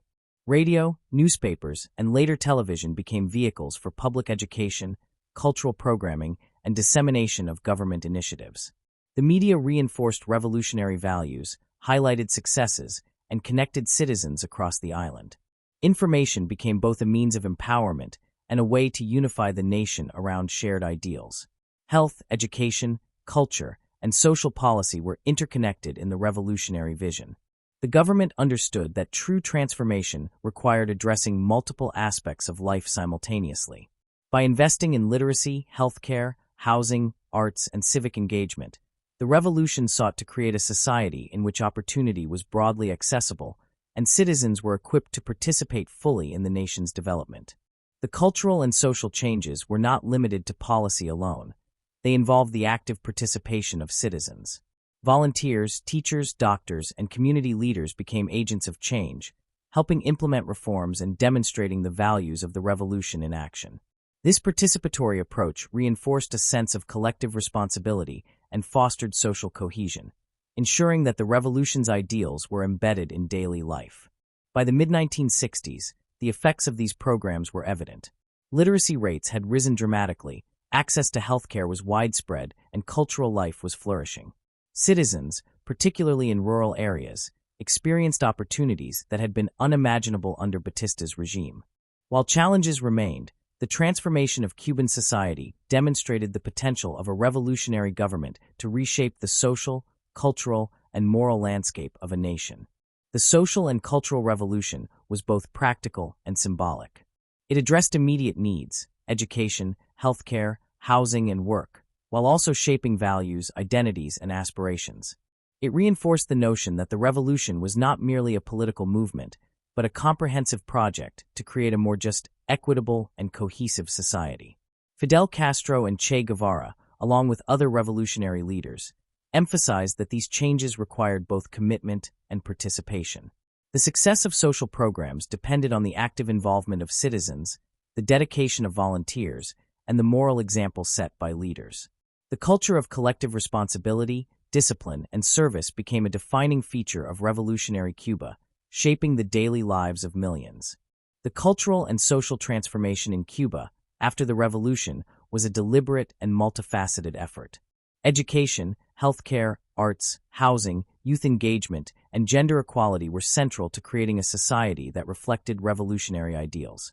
The government's focus on participation, moral responsibility, and national pride helped ensure that these reforms were not only implemented, but embraced by the population. The changes in Cuba demonstrated that a revolution could extend far beyond the battlefield, reshaping the values, opportunities, and daily life of an entire nation. After several years of service in the Cuban government, Che Guevara turned his attention beyond Cuba's borders. He was driven by a belief that revolutionary struggle could not be confined to a single nation. Guevara envisioned a global fight against imperialism and inequality, seeking to inspire movements in Latin America, Africa, and beyond.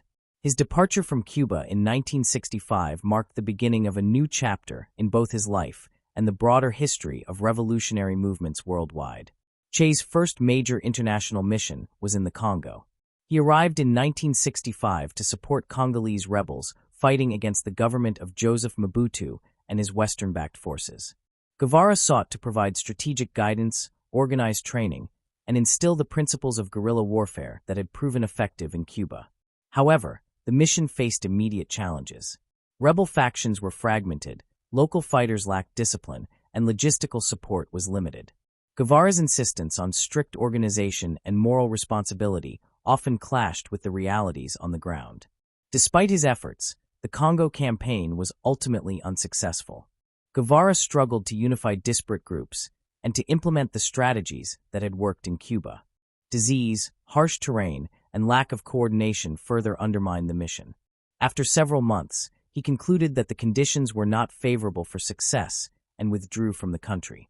While the Congo campaign failed in practical terms, it provided Guevara with further insight into the difficulties of exporting revolution and the complexities of local politics in different regions. Following the Congo, Guevara turned his attention to Latin America. He believed that the struggles in countries such as Bolivia, Argentina, and Peru could be connected through a broader revolutionary movement.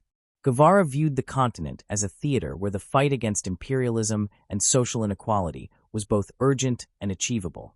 His focus shifted to Bolivia, where he aimed to spark a popular uprising that could serve as a model for other nations. In Bolivia, Guevara established a guerrilla front in the country's mountainous regions. He trained local recruits in guerrilla tactics, emphasizing discipline, unity, and moral responsibility. The campaign sought to mobilize the rural population, disrupt government forces, and create momentum for a larger revolutionary movement. Guevara's approach mirrored his strategies in Cuba, combining military skill with ideological education and efforts to gain the support of local communities. However, the Bolivian campaign faced numerous obstacles. Local support was limited, with many villagers cautious or indifferent to Guevara's message. Government forces, aided by intelligence from external powers, were better organized and prepared than Guevara had anticipated. Communication and supply lines were difficult to maintain, and the harsh environment tested both physical endurance and morale. Despite Guevara's leadership, the insurgency remained small and isolated, struggling to achieve the momentum needed for success. In October 1967, Guevara's forces were finally surrounded by the Bolivian army, supported by U.S. advisors. After a brief battle, Guevara was captured. He was executed the following day, at the age of 39, in a small village. His death marked the end of his direct involvement in revolutionary campaigns, but it also solidified his status as an enduring symbol of resistance, sacrifice, and moral commitment to the cause of social justice. Che Guevara's legacy extends far beyond the outcomes of his military campaigns. His writings, speeches, and actions continue to influence political movements, social activism, and revolutionary thought around the world. Guevara emphasized the importance of personal commitment, moral integrity, and the willingness to endure hardship for a larger cause. He articulated a vision of justice, equality, and anti-imperialism that resonated with generations seeking to challenge oppression. His book, Guerrilla Warfare, remains a widely studied text, offering practical guidance on organizing small, mobile forces, understanding terrain, and maintaining morale. Beyond military tactics, the work reflects Guevara's broader philosophy. Revolution as both a moral and practical undertaking, requiring discipline, courage, and ethical responsibility. The text influenced insurgencies across Latin America, Africa, and Asia, demonstrating the enduring relevance of Guevara's approach. Che's image, captured in countless photographs, posters, and artworks, has become one of the most recognizable symbols of revolutionary struggle. The iconic image of his face, often reproduced in popular culture, represents defiance, courage, and the willingness to fight for justice. While commercialization of the image has sometimes diluted its political meaning, its resonance as a symbol of resistance endures. Guevara's life also highlighted the challenges of applying revolutionary principles universally. His experiences in the Congo and Bolivia illustrated that context, local support, and political realities are critical factors in the success of revolutionary movements. While his vision was global, he encountered the limitations of exporting revolution without deep integration into local conditions and communities. These lessons remain instructive for historians, activists, and policymakers studying revolutionary movements. In Cuba, Guevara's legacy continued to influence government policy and national identity. His emphasis on social justice, education, healthcare, and moral responsibility became guiding principles for Cuban society. Programs in literacy, healthcare, and international solidarity reflected the values he had championed, ensuring that his vision had a lasting impact even after his departure from the country. Guevara's moral and ideological influence also extended to global political thought. His writings on imperialism, capitalism, and social justice contributed to debates about development, sovereignty, and inequality. Activists and intellectuals around the world drew inspiration from his example, adapting his principles to local struggles while acknowledging the challenges inherent in revolutionary action. Even decades after his death, Che Guevara remains a polarizing figure. Admirers celebrate his courage, vision, and commitment to justice, while critics question the methods, outcomes, and costs of his campaigns. This duality underscores the complexity of his life and the enduring relevance of his ideas. Guevara embodies both the aspirations and the dilemmas of revolutionary movements, serving as a lens through which to examine questions of morality, strategy, and social transformation. Che's legacy is also evident in education and youth movements. His life is studied in schools, universities, and political organizations, illustrating both historical events and the ethical dimensions of leadership and activism. His example encourages critical reflection on the responsibilities of individuals and societies, inspiring debates about justice, equality, and the pursuit of societal change. International solidarity remains a key aspect of Guevara's influence. Programs inspired by his principles continue to connect nations, support social justice initiatives, and promote education, healthcare, and development in under-resourced regions.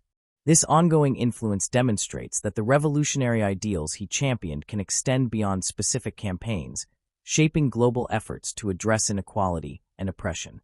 Che Guevara's later international work and legacy reflect both the successes and challenges of revolutionary struggle. His campaigns in the Congo and Bolivia highlight the difficulties of applying Cuban-style guerrilla tactics in different contexts, while his writings, speeches, and moral example continue to inspire movements worldwide.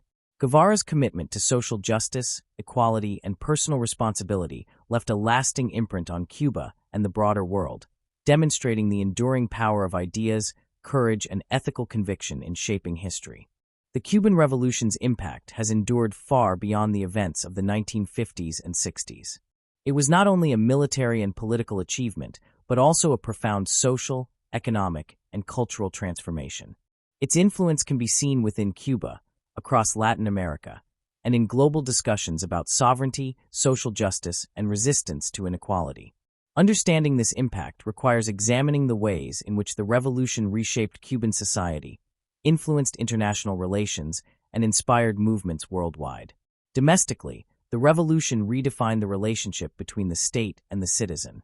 Prior to 1959, Cuba was marked by deep social and economic inequalities. Wealth and power were concentrated among a small elite, while the majority of the population faced poverty, limited education, and restricted access to healthcare. The revolutionary government implemented sweeping reforms that aimed to redress these disparities. Land redistribution programs provided rural families with ownership and a stake in production, while urban development projects improved housing and access to public services. Education became a cornerstone of national transformation. The literacy campaign and subsequent expansion of schools and universities enabled millions of Cubans to acquire knowledge and skills that had previously been inaccessible. Education was framed not only as a means of personal advancement, but also as a civic duty and a way to strengthen national identity. Cuban society became more informed, engaged, and unified around the principles of equality, justice, and collective responsibility. Healthcare reforms were equally transformative. Access to medical care was expanded dramatically, particularly in rural areas that had previously been underserved. Preventive medicine, vaccination programs, and the training of medical personnel improved public health outcomes across the country. Cuba became internationally recognized for its healthcare system, demonstrating that a small, resource-limited nation could achieve significant improvements in health through careful planning, investment, and commitment to social welfare. The revolution also reshaped culture and identity. Arts, literature, music, and theater were promoted as expressions of national pride and revolutionary values. Cultural institutions supported artists and writers, preserving Cuban traditions while encouraging innovation. Education, media, and public programming reinforced shared ideals and civic engagement. These efforts fostered a sense of belonging, pride, and common purpose among citizens, strengthening the moral and social foundations of the new society. Economically, the revolution pursued independence and self-sufficiency. Nationalization of key industries, central planning, and diversification efforts reduced reliance on foreign investment and control. While these policies faced challenges, including international embargoes and economic isolation, they allowed Cuba to develop a distinct economic model that prioritized social welfare, education, and healthcare over profit and external interests. The approach demonstrated a commitment to economic sovereignty and the pursuit of social justice. Politically, the revolution established a model in which governance was closely linked to popular support and ideological commitment. While not without controversy, the revolutionary government emphasized participation, accountability, and the integration of citizens into decision-making processes. Local committees, youth organizations, and community initiatives allowed citizens to contribute to social programs and public life, reinforcing the connection between governance and civic responsibility. Internationally, the Cuban Revolution had profound implications. Its success inspired movements across Latin America, Africa, and Asia. Activists and political leaders drew lessons from Cuba's struggle, seeking to adapt its principles to local contexts. Cuba became a symbol of resistance against imperialism and inequality, demonstrating that determined action could challenge entrenched power structures. The revolution's influence extended beyond politics to education, healthcare, and social programs, providing practical models for change in developing nations. Relations with the United States became a defining feature of Cuba's international position. The U.S. economic embargo, political opposition, and support for counter-revolutionary efforts underscored the broader geopolitical significance of Cuba's independence and alignment with the Soviet Union. These tensions shaped Cuban policy, reinforced national sovereignty, and contributed to the country's identity as a small nation capable of defending its ideals against external pressure. Cuba's international outreach also left a lasting legacy. The government sent medical personnel, teachers, and technical experts to countries in need, demonstrating solidarity and promoting the values of the revolution. Cuban professionals contributed to education, healthcare, and infrastructure projects around the world, reinforcing the global dimension of the revolution and strengthening diplomatic and cultural ties. Che Guevara's example remained influential within this broader legacy. His writings, speeches, and moral philosophy continued to inspire activists and intellectuals worldwide. Guevara's emphasis on personal commitment, discipline, and social responsibility shaped not only Cuba's development, but also the ideals of international revolutionary movements. His life and work became a symbol of sacrifice and ethical dedication in the pursuit of justice. Socially, the revolution altered the expectations and opportunities available to citizens. Programs promoting gender equality, youth engagement, and community participation expanded the role of individuals in shaping society. Women gained access to education, employment, and political representation, challenging traditional norms. Young people were mobilized in literacy, health, and agricultural campaigns, instilling values of discipline, civic responsibility, and social contribution. These initiatives created a generation capable of sustaining and advancing the revolutionary ideals. Cuba's cultural influence also persisted globally. Cuban music, literature, and art gained international recognition, blending traditional forms with revolutionary themes. Artists, musicians, and writers became cultural ambassadors, reflecting the spirit of the revolution while connecting with global audiences. This cultural presence reinforced Cuba's distinct identity and provided a platform for sharing its vision of society. Despite the challenges and controversies, the Cuban Revolution demonstrated the capacity of a determined, ideologically driven movement to achieve lasting change. It showed that a small nation, facing internal inequality and external pressure, could implement reforms that transformed education, healthcare, culture, and governance. The revolution's enduring impact lies not only in specific policies, but in the broader demonstration of what collective action, moral conviction, and strategic leadership can accomplish. Cuba's experience also offers lessons about the complexities of revolutionary governance.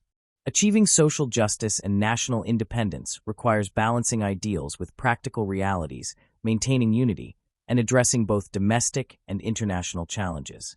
The revolution's successes and shortcomings provide a case study in the interplay between ideology, policy, and human agency. Today, the Cuban Revolution continues to shape both domestic life and international perceptions. Its principles inform government policies, civic engagement, and social programs. Its history serves as a reference point for debates about sovereignty, development, and social justice. The revolution remains a source of national pride and a symbol of the potential for transformative change, illustrating that determined leadership and collective effort can reshape society in lasting ways. The enduring impact of the Cuban Revolution encompasses social, cultural, economic, political, and international dimensions. It transformed the lives of millions within Cuba, inspired global movements, and demonstrated the potential for small nations to assert sovereignty and pursue justice. Through education, healthcare, social programs, and international solidarity, the revolution established a framework for both national development and global influence. Its legacy endures as a testament to the power of revolutionary vision, collective action, and moral commitment in shaping history. Following the Cuban Revolution, the island nation quickly became a focal point of Cold War tensions. Its alignment with the Soviet Union, ideological commitment to socialism, and defiance of the United States positioned Cuba at the center of a global struggle between East and West. The revolution's domestic policies, international outreach, and strategic decisions were all shaped by this new geopolitical reality, creating both opportunities and challenges for the country. Cuba's strategic location in the Caribbean, just 90 miles from the U.S. mainland, made it particularly significant. The United States viewed the revolution with increasing alarm, fearing that a socialist government so close to its borders could inspire leftist movements throughout the Americas. This concern fueled economic embargoes, covert operations, and political pressure, creating a prolonged adversarial relationship. For the Cuban government, survival depended on both resilience and careful diplomacy. The Soviet Union became Cuba's primary international partner. Economic aid, technical support, and military assistance allowed the island to develop critical infrastructure, maintain social programs, and defend its sovereignty. Cuba supplied sugar, minerals, and other resources in exchange for oil, machinery, and industrial equipment, creating a bilateral relationship rooted in both ideology and pragmatism. The partnership strengthened Cuba's position, but also made the nation dependent on the broader dynamics of the Cold War. The Cuban Missile Crisis of 1962 marked the high point of this tension. The discovery of Soviet nuclear missiles on the island brought the world to the brink of war. The crisis tested Cuba's strategic planning, diplomatic skill, and military readiness. Fidel Castro's role, while significant, was intertwined with the broader negotiations between the United States and the Soviet Union. The resolution of the crisis underscored the island's geopolitical importance and highlighted the risks of Cold War entanglements for a small nation. Throughout the Cold War, Cuba's foreign policy emphasized solidarity with revolutionary movements and anti-imperialist struggles worldwide. The government sent military advisors, medical teams, and educators to countries in Latin America, Africa, and Asia. These efforts strengthened international alliances, promoted Cuban influence, and reinforced the narrative of Cuba as a small nation resisting foreign domination. At the same time, these interventions often brought Cuba into conflict with other nations and required careful management of resources and strategy. Domestically, the Cold War shaped economic and political policies. The U.S. embargo and isolationist pressures required Cuba to pursue self-sufficiency, diversify its economy, and maintain strict control over strategic sectors. Nationalized industries, collective farming, and central planning became necessary both for development and for sustaining social programs under external pressure. The government also invested in education, healthcare, and public services to ensure popular support and demonstrate the benefits of the revolutionary model. Cuba's participation in global socialist networks reinforced its identity as a revolutionary state. Leaders such as Che Guevara had promoted international solidarity during his lifetime, and the government continued this approach, fostering partnerships with countries that shared ideological or strategic interests. These alliances provided both security and a platform for advancing Cuba's vision of social justice, even as they exposed the nation to new geopolitical risks. The Cold War period also reinforced Cuba's focus on military preparedness and civil defense. Fear of invasion, sabotage, and internal destabilization prompted the government to maintain a strong military, train the population in civil defense, and develop systems for rapid mobilization. These measures, while partly defensive, also reflected the broader revolutionary ethos of discipline, vigilance, and collective responsibility. Cuba's cultural and social programs continued to evolve under Cold War pressures. Literacy, healthcare, and education remained priorities, as did the promotion of arts and national identity. International exchanges, scholarships, and cultural outreach extended Cuba's influence while reinforcing the ideological message of the revolution. These programs strengthened social cohesion and helped sustain public support during periods of economic and political challenge. In Latin America, Cuba became both an inspiration and a source of tension. Revolutionary movements sought guidance and support from Havana, while governments aligned with the United States viewed the island with suspicion or hostility. Cuba's involvement in regional conflicts, advisory missions, and solidarity campaigns positioned it as a central player in hemispheric politics, demonstrating the influence a small nation could wield through ideology, strategy, and diplomacy. Cuba also faced internal challenges throughout the Cold War. Economic dependence on the Soviet Union, resource constraints, and population pressures required careful management. The government implemented policies to maintain efficiency, regulate consumption, and sustain public services. Social programs, education, and healthcare were prioritized, while industrial and agricultural production was organized to meet national needs and external obligations. These policies reflected the practical realities of governance under global pressure. Despite constraints, Cuba maintained a distinct national identity. Revolutionary symbols, historical narratives, and cultural programs reinforced a sense of unity and purpose. Citizens were engaged in community programs, civic initiatives, and youth organizations that emphasized responsibility, discipline, and solidarity. This internal cohesion helped the nation withstand external pressures and maintain social stability over decades of geopolitical tension. Cuba's Cold War experience also shaped its long-term economic and political strategies. Dependence on the Soviet Union provided stability during one era but required adaptation when the USSR collapsed in 1991. The economic crisis that followed, known as the Special Period, tested the resilience of Cuban society, forcing reforms, diversification of the economy, and increased engagement with tourism and international trade. These adaptations were informed by lessons learned during the Cold War about self-reliance, strategic planning, and social cohesion. Internationally, Cuba continued to influence global discourse on development, sovereignty, and social justice. Medical diplomacy, cultural outreach, and technical assistance programs strengthened alliances and demonstrated the practical value of the revolutionary model. Cuba's experience became a reference point for nations and movements seeking alternatives to traditional development pathways or resisting foreign domination.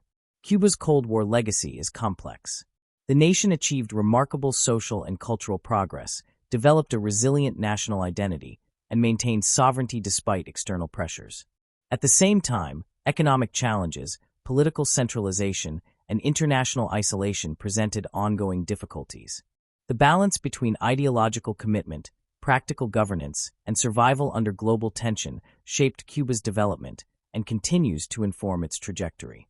The end of the Cold War did not diminish Cuba's influence or its revolutionary ethos. While international circumstances shifted, the principles established during the revolutionary period, social equity, education, healthcare, and sovereignty, remained central. The country adapted to new global realities while maintaining the ideological and social foundations established by Fidel Castro, Che Guevara, and the revolutionary leadership. Cuba's Cold War experience illustrates the intersection of domestic transformation and global politics. The revolution's ideals, implemented through education, healthcare, social programs, and governance, were shaped and tested by international pressures, alliances, and conflicts. Cuba emerged as a small but resilient nation, capable of defending its sovereignty, promoting social justice, and influencing global debates. Its legacy demonstrates that a determined, ideologically guided society can navigate complex geopolitical realities while pursuing long-term transformation. The Cuban Revolution remains one of the most significant events of the 20th century, not only in Latin America, but in the broader context of global history. Its impact resonates in politics, society, culture, and international relations. Reflecting on the revolution requires considering both its immediate outcomes and its long-term significance, including the ways it transformed Cuba and influenced movements and ideas around the world. The revolution succeeded in overthrowing a deeply entrenched dictatorship. Batista's government, marked by corruption, repression, and inequality, was removed through a combination of strategic military action, popular support, and sustained moral conviction. The victory demonstrated that a small, determined group of individuals could challenge entrenched power structures, provided they possessed clear objectives, discipline, and the ability to inspire broader participation. This outcome alone reshaped perceptions of revolutionary possibility across Latin America and beyond. Beyond removing a dictator, the Cuban Revolution implemented profound social reforms. Land redistribution altered rural life, giving peasants access to land and empowering communities that had long been marginalized. Education became widely accessible, raising literacy rates and creating a more informed, capable population. Healthcare reforms extended services to previously underserved regions, improving public health and demonstrating the practical benefits of social investment. These achievements were tangible and immediate, affecting the daily lives of millions of Cubans and building legitimacy for the new government. The revolution's cultural impact was equally important. By promoting arts, literature, music, and theater, the government fostered a shared sense of identity and national pride. Cultural programs connected citizens to the ideals of the revolution, reinforcing both moral and civic responsibility. Education and literacy campaigns extended beyond practical instruction, serving to cultivate a collective awareness of history, social justice, and revolutionary values. This cultural transformation helped ensure that the revolution's ideals were embedded not only in law and policy, but in the social consciousness of the nation. Economically, the revolution sought independence and self-sufficiency. Nationalization of key industries, central planning, and diversification were implemented to reduce dependency on foreign powers, particularly the United States. While these policies generated tension, resistance, and practical challenges, they also demonstrated a commitment to sovereignty and social justice. The revolution created an economic model that prioritized human development and equitable access over profit, which distinguished Cuba from much of the industrialized world. The revolution fundamentally altered political life in Cuba. Governance was closely tied to popular support, ideological cohesion, and collective responsibility. Local committees, youth organizations, and community programs integrated citizens into the political process, reinforcing a sense of ownership and accountability. While the model has been debated and criticized for limiting certain forms of political pluralism, it nonetheless reflects a deliberate effort to link governance with social participation and moral commitment. Che Guevara's influence remains a defining feature of the revolution's historical significance. His emphasis on discipline, moral responsibility, and international solidarity shaped both the Cuban model and global revolutionary thought. Guevara's campaigns, writings, and ethical framework provided inspiration for movements worldwide, illustrating the power of ideas combined with action. His life and legacy continue to provoke discussion about the nature of leadership, sacrifice, and the challenges of translating ideals into practice. Internationally, the revolution shifted geopolitical dynamics. Cuba's alignment with the Soviet Union and defiance of the United States made it a focal point in the Cold War. The Cuban Missile Crisis, economic embargoes, and global solidarity campaigns highlighted both the risks and the influence associated with revolutionary success. Cuba demonstrated that a small nation, guided by ideological conviction and strategic planning, could assert itself on the global stage, challenge powerful adversaries, and influence international discourse. The revolution also had enduring influence in Latin America. It inspired movements seeking social justice, economic reform, and political independence. While not all movements succeeded, the example of Cuba showed that entrenched systems could be challenged and that alternative models of governance were possible. This influence extended to intellectual debates, cultural expressions, and grassroots activism throughout the region. Critically, the revolution was not without challenges or controversy. Economic difficulties, international isolation, and political centralization posed ongoing obstacles. Balancing ideological goals with practical governance required constant adjustment and resourcefulness. Nevertheless, the revolution's capacity to maintain social programs, national sovereignty, and cultural cohesion despite these pressures illustrates its resilience and adaptability. The Cuban Revolution also invites reflection on the broader meaning of social and political change. It demonstrates that revolutions are not solely about the removal of regimes. They involve the transformation of social structures, moral values, and national identity. Education, healthcare, culture, and civic participation were as integral to the revolution as military victories, emphasizing the importance of comprehensive change for lasting impact. Cuba's experience highlights the interplay between domestic reform and international context. The nation's achievements were facilitated and constrained by its relationships with powerful neighbors, allies, and global institutions. Navigating this environment required strategic thinking, diplomacy, and ideological clarity. Cuba's ability to maintain sovereignty and implement transformative programs, despite considerable external pressure, reflects a remarkable degree of political skill and resilience. The revolution's legacy endures in contemporary Cuba. Education, healthcare, social programs, and cultural initiatives continue to reflect the principles established by the revolutionary government.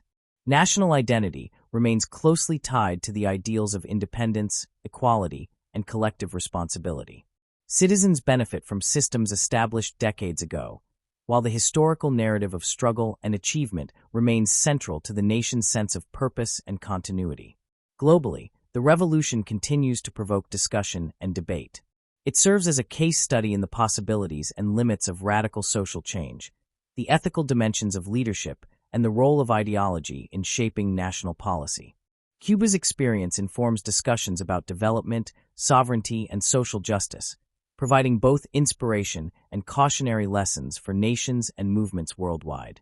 In evaluating the historical significance of the Cuban Revolution, it is clear that its impact extends across multiple domains. Militarily, it removed a corrupt dictatorship and demonstrated the power of organized, principled resistance. Socially, it reshaped education, healthcare, and cultural life. Politically, it established a model of governance tied to ideology and popular engagement. Economically, it pursued independence and equity. Internationally, it influenced both Cold War dynamics and global revolutionary movements. The Cuban Revolution exemplifies the transformative potential of committed leadership, collective action, and moral purpose. It shows how a nation can redefine itself, challenge powerful interests, and implement a vision for society rooted in justice and equality. While the revolution faced significant challenges, both domestically and internationally, its enduring achievements and influence testify to its historical importance. The revolution's story, from the mountains of the Sierra Maestra to the global stage, reflects the interplay of strategy, ideology, and human determination. Leaders like Fidel Castro and Che Guevara, through their vision and sacrifice, embodied the principles that guided the movement. Their efforts transformed Cuba into a nation with a distinctive identity, social structure, and international presence, leaving a legacy that continues to resonate decades later. The Cuban Revolution remains a defining chapter in modern history. Its social, political, cultural, and international impact underscores the power of revolutionary action and the enduring relevance of its ideals. The lessons of Cuba's experience, both success and challenges, continue to inform understanding of governance, social justice, and the capacity for collective transformation. Its historical significance lies not only in what was achieved, but in the lasting example it provides of a nation reshaped by the courage, vision, and moral belief of its people.